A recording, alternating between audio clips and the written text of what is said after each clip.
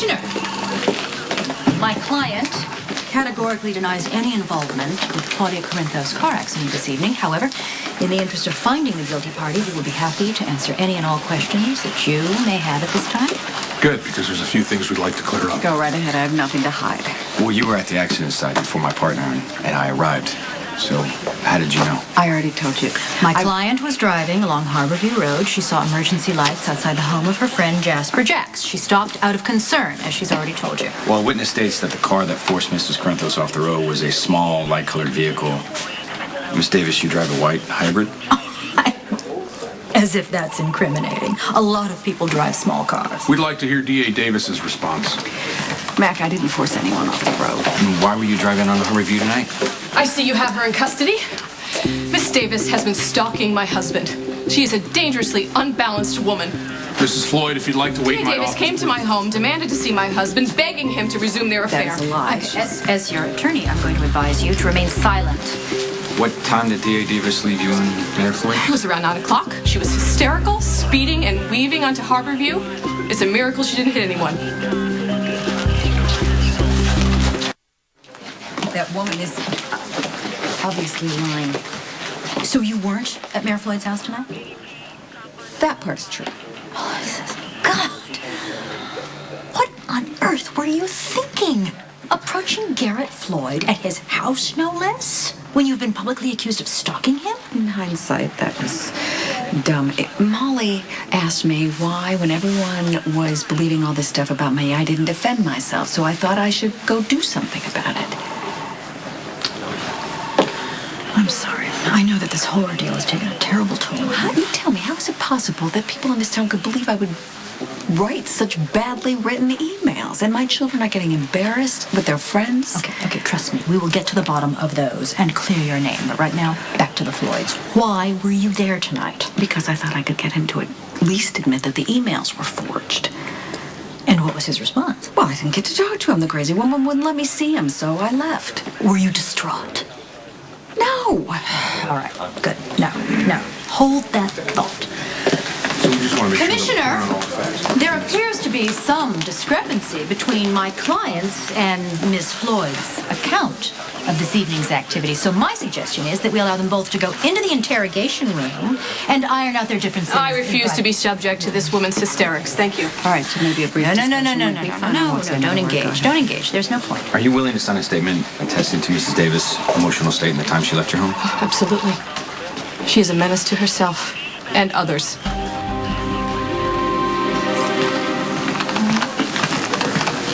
Just give me 1 minute with her. She's already refused. Since when does that stop you? I'm the client. I want 5 minutes with her. Look, Andrea Floyd is not going to do you any favors, especially since her husband slept with you. All right, it was only once. And who can blame him with that frigid, viperous gorgon at home? All right, so I slept with him once, a long time ago, and now I'm this hysterical stalker. You see, there must be some motive that she has other than Believe jealousy. me, I fully intend to comb through Andrea's statement and debunk it. And you know that I trust you. Now go over there and distract me. Wait a minute. If our positions were reversed, you'd be telling you not to do this. All right, just don't become overwrought, or you will add further proof to Andrea's statement that you're of your highly charged emotional state. I'm as cool as a cucumber. A cucumber lying in the sun. Oh, right. Gentlemen, I believe that my client has answered all of your questions to the best of her knowledge and that you have no further evidence on the doctor.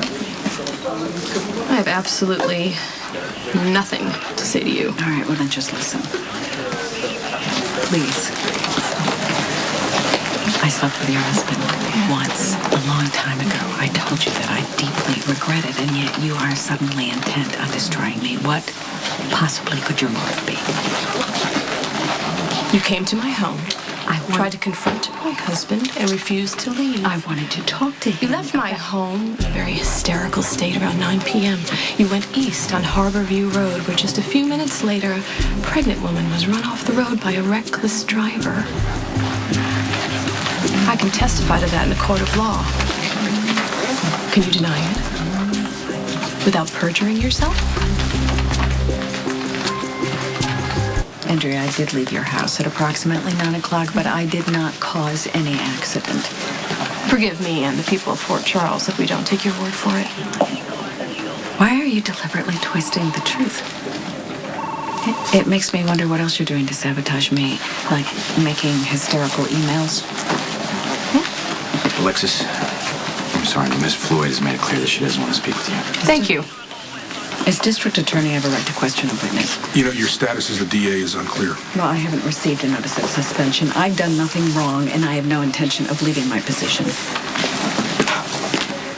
At the very least, she trespassed on my property. She may very well have caused a serious car accident and fled the scene. Shouldn't you be arresting her? You have no evidence on which to hold my client. We're going to do a complete workup of the accident site. Alexis, we may need to examine your car. Of course, we will be happy to comply with any and all warrants and subpoenas, but as of right now, I think we're done. You're free to go. We need you to sign some paperwork. Gladly. Kiefer, I'm in so much trouble. I might have caused the accident. My dad's wife crashed trying to avoid a reckless driver. What if it was me? No, I didn't even tell my brother. I know, I can't tell anyone. Thanks for following me home. I gotta go. I'll talk to you later. Right. Well, we need to go over strategy. You are facing some very serious charges. Andrea Floyd is perjuring herself, and I'm looking forward to you proving that.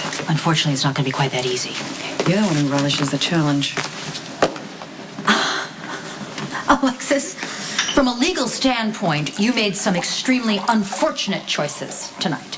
First off, you elect to go to the mayor's home. Then, you promptly get back in your car, you drive along Harborview Road, and you stop at the site of Claudia Zacchara's accident minutes after it happened. I don't speed. You've been in the car with me. It drives you insane. And I am certainly a far cry from the hysterical person that Andrea Floyd described. Well, right now it's your word against hers, and she is proving to be a much more credible individual than you. Well, she's lying through her teeth, and I'm telling the truth. Okay, Alexis, I'm your friend as well as your attorney. But in order to defend you, I need to know exactly where we stand. Is there any possibility that you could have caused Claudia's accident? Thank you for making this as painless as possible. I'll be happy to testify against Miss Davis when the charges are filed. We'll continue our investigation and see what we come up with. You do that, Commissioner Scorpio. But I think we all know where this is going to lead. Thank you.